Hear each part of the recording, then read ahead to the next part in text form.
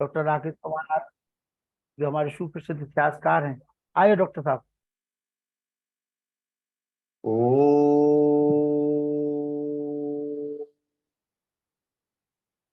यामे धाम देव गणा पितरश्चुपासते तया मामद्यमेत्याग्ने मेधाविनं कुरु।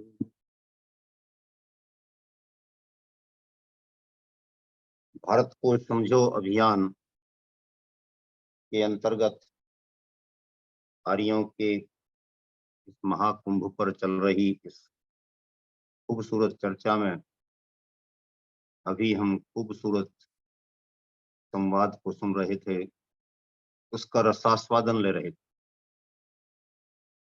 आदरणीय आचार्य प्रियेश जी अपने मुखारविंद से अमृत वचनों के माध्यम से हम सबका मार्गदर्शन कर रहे थे।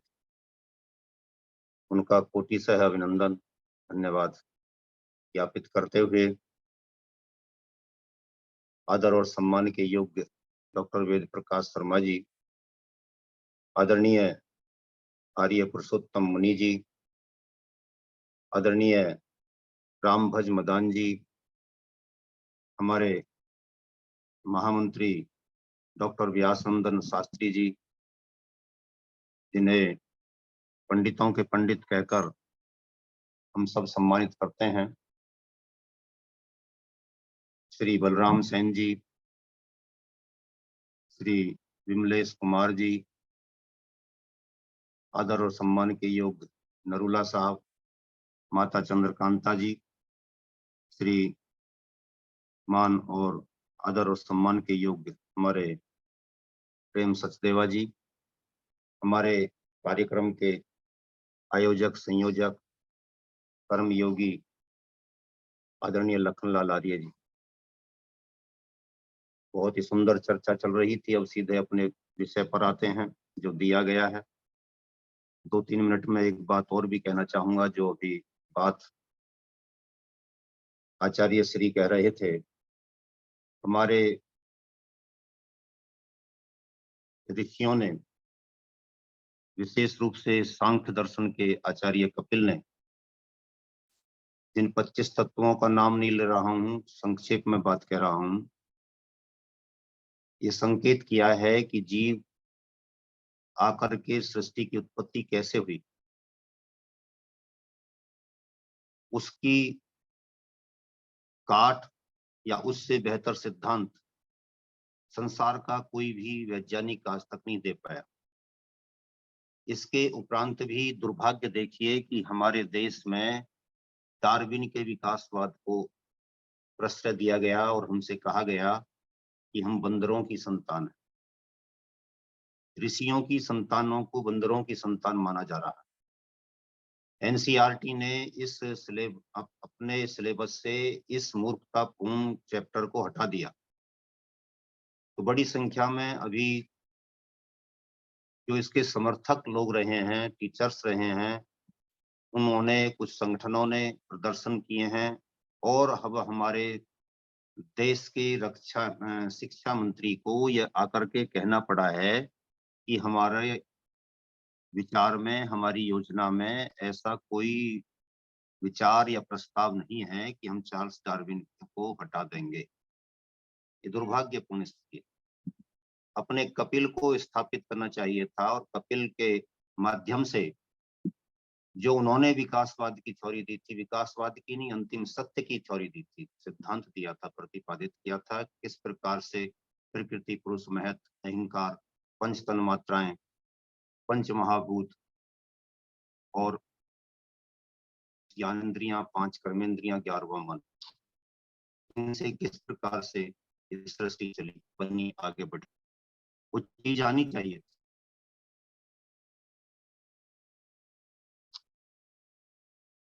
तो लेकिन वो आई नहीं और आने की संभावना बन रही थी, तो वो समाप्त कर दी गई।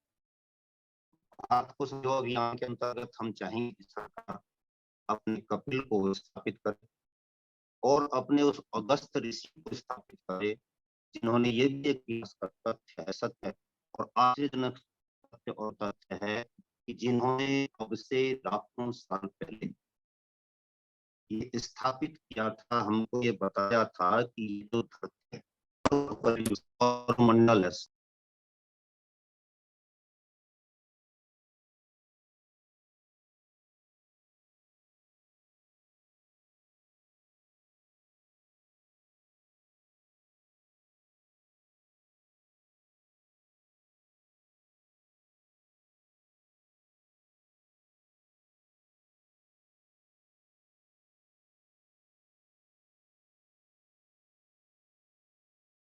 चलिए, नेटवर्क प्रॉब्लम हो चुकी है। कोई किसी के मन में कोई शंका हो तो आ जाइए।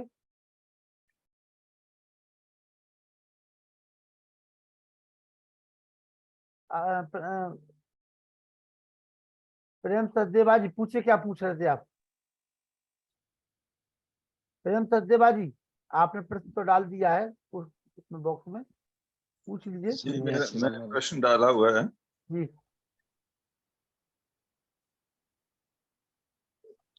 पढ़ेंगे ना, मैं पढ़ लो। चलिए, मैं पढ़ रहा हूँ। आत्मा का ईश्वर से समवायी संबंध कैसे है? इसी प्रकार ईश्वर आत्मा में ओतप्रोत है जैसे रस में रसगुल्ला। इसे भी थोड़ा बताएं। हाँ, ये बात तो रहा ना, कल तो व्याप्य व्यापक संबंध के विषय में चर्चा करेंगे। और बाकी रहा कि जो समवाय कहते हैं, ये संबंध को कहते हैं, रिलेशनशिप को कहते हैं समवाय।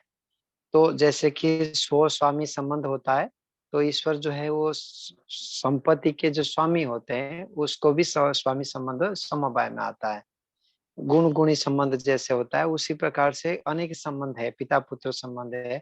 तो इसी प्रकार से ईश्वर के साथ तो संबंध है ही, तो संबंध को ही समवाय नामक चीज कहा जाता है, जिसको समवाय वैशेषिक दर्शन में कहा गया। तो समवाय एक चीज है जिसके ईश्वर और हमारे में रिलेशनशिप है, संबंध है, ये बात को रखा गया है, इसलिए उसको मैंने कहा कि समवाय है। सुरेश गर्ग जी ने एक प्रश्न पूछा है कि तो जो ये गुण कर्म स्वभाव समवाय में तीनों होने चाहिए, गुण कर्म स्वभाव, तो क्या वो तीनों संबंध हैं हमारे आत्मा के साथ ईश्वर के? हाँ, जब वो गुण कर्म स्वभाव कहते हैं, किसी सत्ता के ही गुण कर्म स्वभाव कहते हैं, उस सत्ता के साथ हमारी जो आत्मा के गुण कर्म स्वभाव की सत्ता है, उसमें समवाय संबंध है। अर्थात तो सत्ता आकार में संबंधित है, ना गुण को कहा जाता है ना द्रव्य को कहा जाता है समवाय में। जैसे कि दो गुणों में कभी भी समवाय संबंध नहीं होता है, वो गुणों के आधारित द्रव्य में समवाय होता है। समवाय जो अपने कारण को जो देखे होंगे ना, कारण एक समवाय कारण और समवाय कारण एक निमित्त कारण, वो अलग है। समवाय नामक पदार्थ एक अलग है, रिलेशनशिप अलग है। आप असमवाय कारण व समवाय कारण को मत ले, वो समवाय है, वो समवायी कारण है, यह ई कार्य है, ये समवाय है, एक पदार्थ का नाम है।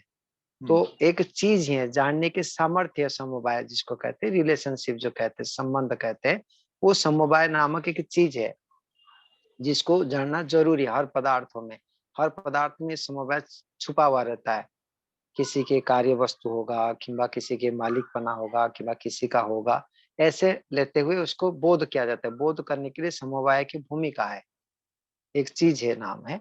और तो आप शायद समझ रहे समवायी कारण, अर्थात तो जैसे कि द्रव्य के अंदर में, लड्डू के अंदर में बेसन है, चीनी है, गुड़ है, ये समवाय कारण है, समवायी कारण है, वो समवायी पदार्थ है।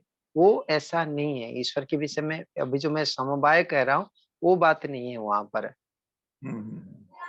ठीक है, अलग अच्छा, अलग चीज है। कार्य कारण का संबंध, कार्य कारण जो संबंध है ना, कार्य कारण में जो रिलेशनशिप है, इसको कहते हैं समवाय।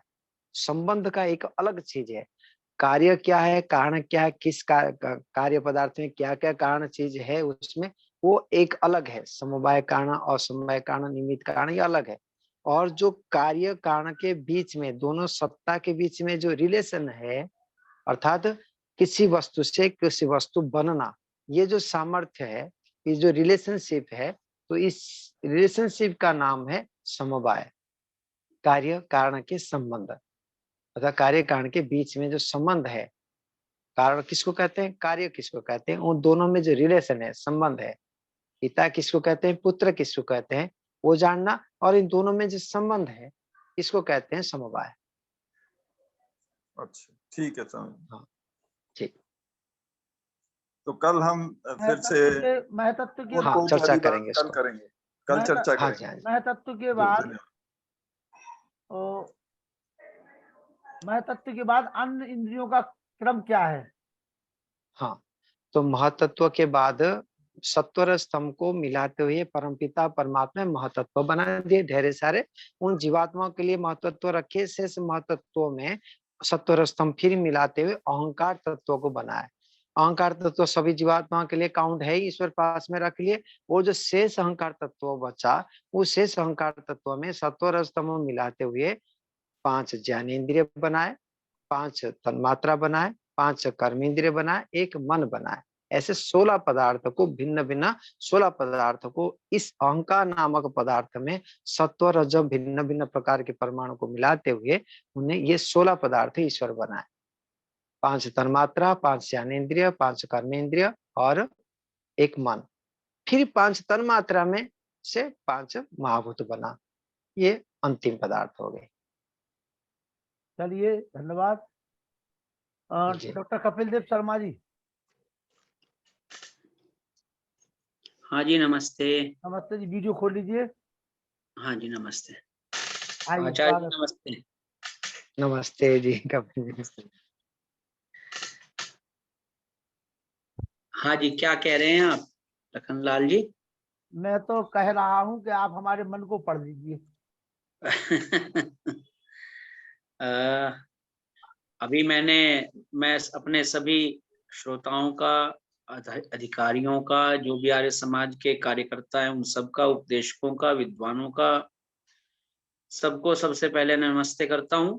और बहुत ही सुंदर विषय हमारे आचार्य प्रियेश जी ने आपके सामने रखा है ईश्वर के संबंध में।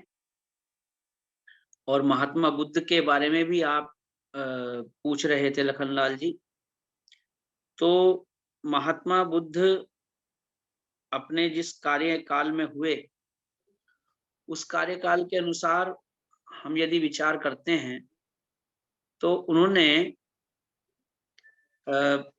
बोध के ऊपर, आज का जो दिवस मनाया जाता है पूर्णिमा का दिन, बोध दिवस के रूप में, तो उनको जो बोध हुआ था, जो उनको अनुभव हुआ था, उसके आधार पर वो प्रसिद्ध हुए। और उसी के आधार पर बोध प्राप्त करने के लिए उन्होंने अपने शिष्यों को उपदेश किए थे।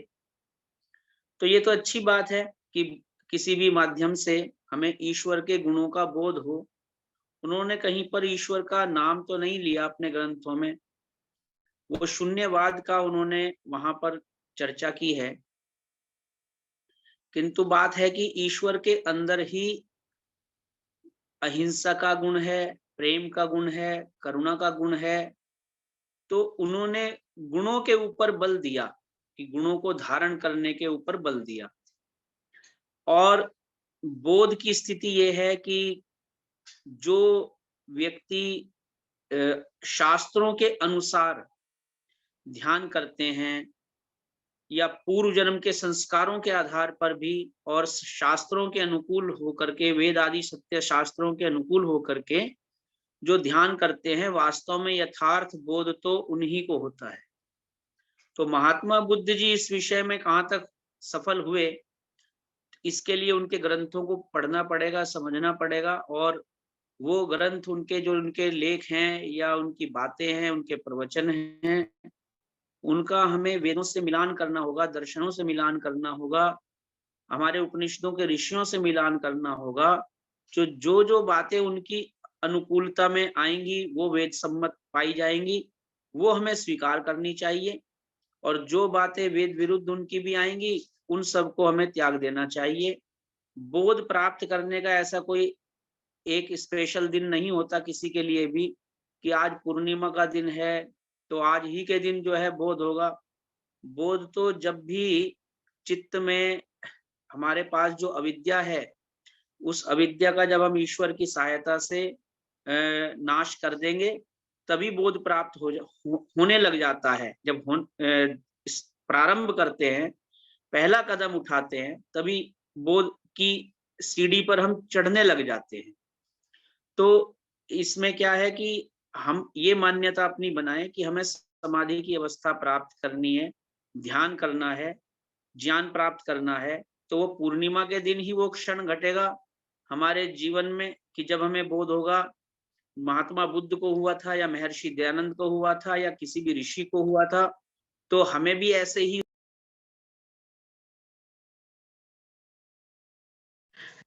आना चाहिए, बल्कि अपना मार्ग जो है वो प्रशस्त करना चाहिए योगाभ्यास करते हुए योग दर्शन के अनुसार। और अपने जो वैदिक ऋषि हुए हैं या साधक हुए हैं या इस समय इस कार्यकाल में भी जैसे हमारे दर्शन योग महाविद्यालय के आचार्य जी हैं, आचार्य प्रियेश जी हैं और स्वामी विवेकानंद जी हैं और बड़े बड़े विद्वान लोग भी हुए हैं, तो जो बिल्कुल साधना वेद शास्त्र सम्मत कर रहे हैं, उसी विधि को अपना रहे हैं, उन्हीं के अनुसार हमें बोध प्राप्त होगा और उसी विधि को अपनाना चाहिए।